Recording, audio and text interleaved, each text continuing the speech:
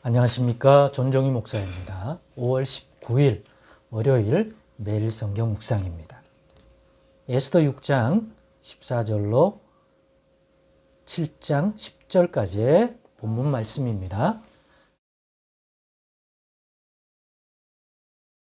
아직 말이 그치지 아니하여서 왕의 내시들이 이르러 하만을 데리고 에스더가 베푼 잔치에 빨리 나아가니라. 왕이 하만과 함께 또 왕후 에스더의 잔치에 가니라. 왕이 이 둘째 날 잔치에 술을 마실 때 다시 에스더에게 물어 이르되 왕후 에스더여 그대의 소청이 무엇이냐 곧 허락하겠노라. 그대의 요구가 무엇이냐 곧 나라의 절반이라 할지라도 시행하겠노라. 왕후 에스더가 대답하여 이르되 왕이여 내가 만일 왕의 목전에서 은혜를 입었으며 왕이 좋게 여기시면 내 소청대로 내 생명을 내게 주시고 내 요구대로 내 민족을 내게 주소서. 나와 내 민족이 팔려서 죽임과 도륙함과 진멸함을 당하게 되었나이다. 만일 우리가 노비로 팔렸더라면 내가 잠잠하였으리이다. 그래도 대적이 왕의 손해를 보충하지 못하였으리이다 하니 아하수에로 왕이 왕후 에스더에게 말하여 이르되 감히 이런 일을 심중에 품은 자가 누구며 그가 어디 있느냐 하니 에스더가 이르되 대적과 원수는 이 악한 하만이니이다 하니 하만이 왕과 왕후 앞에서 두려워하거늘 왕이 노하여 일어나서 잔치 자리를 떠나 왕궁 후원으로 들어가니라. 하만이 일어서서 왕후 에스더에게 생명을 구하니 이는 왕이 자기에게 벌을 내리기로 결심한 줄 알미더라.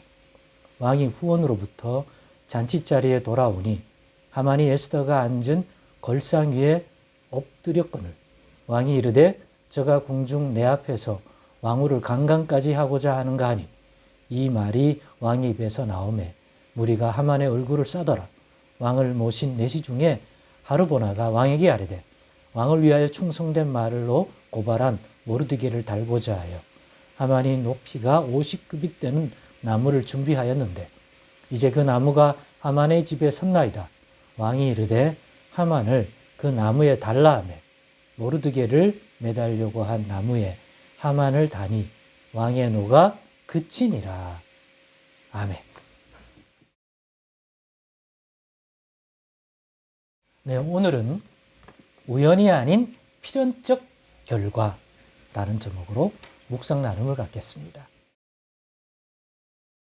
우리는 절대절명의 위기에 봉착한 모르드게와 에스더 그리고 페르시아에 와 있는 모든 유다인들 그들이 과연 살아남을지에 대해서 의구심을 갖습니다. 모든 분위기와 환경이 도저히 상식적으로 이제 왕의 조소까지 내려진 상황에서 시간의 문제지 유다인이 멸절당하는 것은 정해진 것 같습니다. 무슨 수로 바꾸겠습니까? 그러나 우리는 일련의 과정 속에 모르드게와 왕후 에스더 사이에 주고받은 내용과 또 그들이 여호와 하나님을 향해 가진 이 중심들 생각할 때 기대를 하게 됩니다. 상식적인 기대가 아니라 믿음으로 말미암는 여호와 하나님, 이스라엘의 하나님을 유다인의 하나님 여호와를 향한 기대.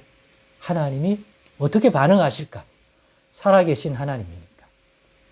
그 여호와 하나님이 형식적인 하나님이고 또 명목상의 하나님이고 실제로는 존재하지 아니하는 하나님이라면 절대 기대할 수 없는 거죠. 그건 착각이잖아요. 스스로의 심리적인 기대지.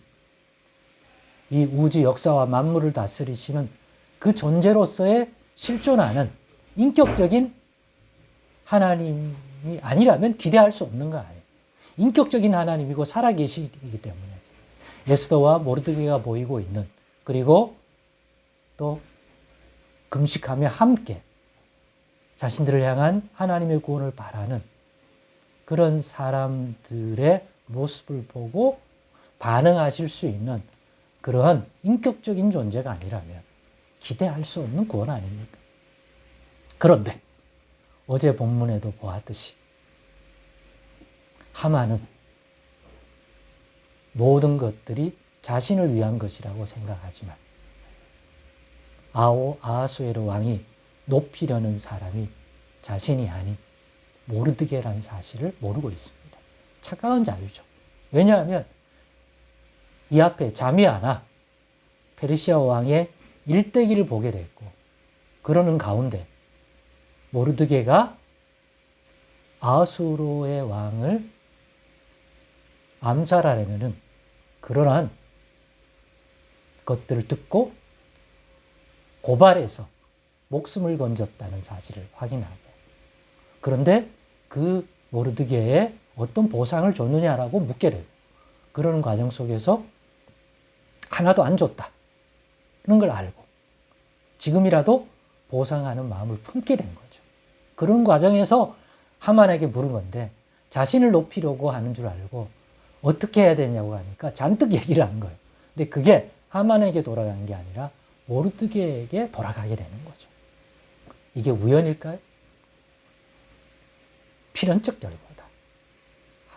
모르드게와 에스더가 보인 그 믿음과 하나님을 경외하는 마음, 그리고 하나님의 백성 유다인들을 구원하려고 하는 그러한 심정이 하나님께 상달되고, 살아계시고 역사하는 진정한 유일하신 하나님이 여호와 하나님이 다 들으시고 반응을 때가 되매 시작하셔서 일어나는 그 믿음에 대하여, 그 경외심에 대하여 반응하시는 하나님의 인격적인 구원의 손길입니다.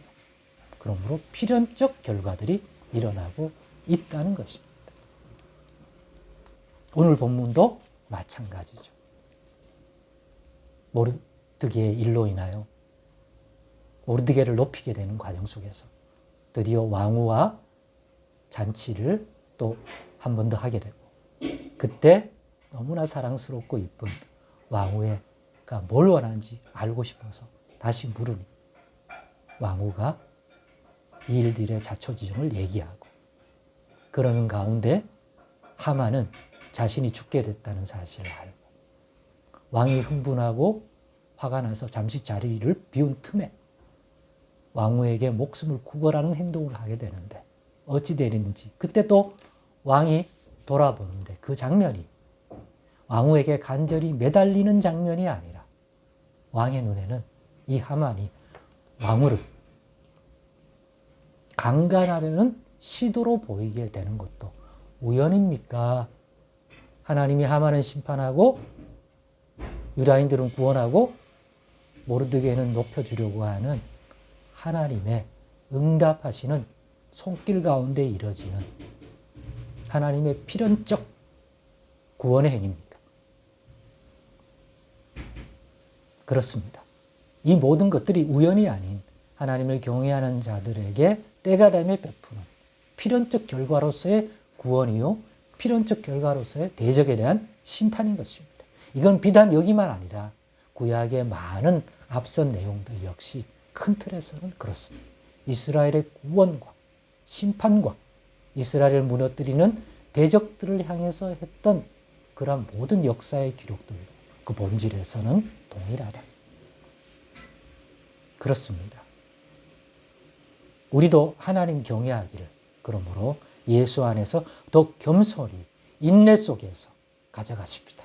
현실을 살 때는 그런 중심에서 양을 이리 가운데 보낸 것 같은 우리의 포지션이 예수 믿는 사람, 곧 예수를 통하여 하나님 백성으로 살아가는 세상, 죄된 세상 가운데 우리의 위치임을 알고 그 가운데서 하나님의 뜻을 이루고 하나님을 경외하는 자로 살아가기 위한 현실적 삶에는 뱀같이 지혜롭고 그럼에도 비둘기같이 순결하게 행해야 하는 것들이 우리의 분별의 내용이라는 것을 기억함으로, 그러나 당장의 그런 모습 속에서 오히려 그렇게 됐더니 위기가 찾아오고 어려움이 찾아오더라도 그 여호와를 경외하는 중심의 순결함은 결코 잃어버리지 마십시다.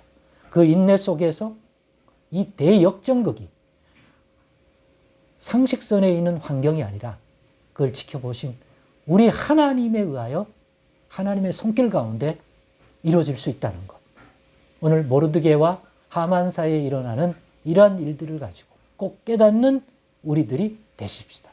그리고 그 믿음, 그 하나님에 대한 경외심, 잃어버리지 않는 삶을 이 악한 시대에도 이어가는 저와 여러분 꼭 되실 수 있기를 바랍니다. 기도하겠습니다. 하나님 감사합니다. 오늘의 교훈 성령 안에서 꼭 깨닫게 하시고 하나님을 아는 지식과 믿음의 지식으로 붙들어 주옵소서. 예수님의 이름으로 기도드리옵나이다. 아멘.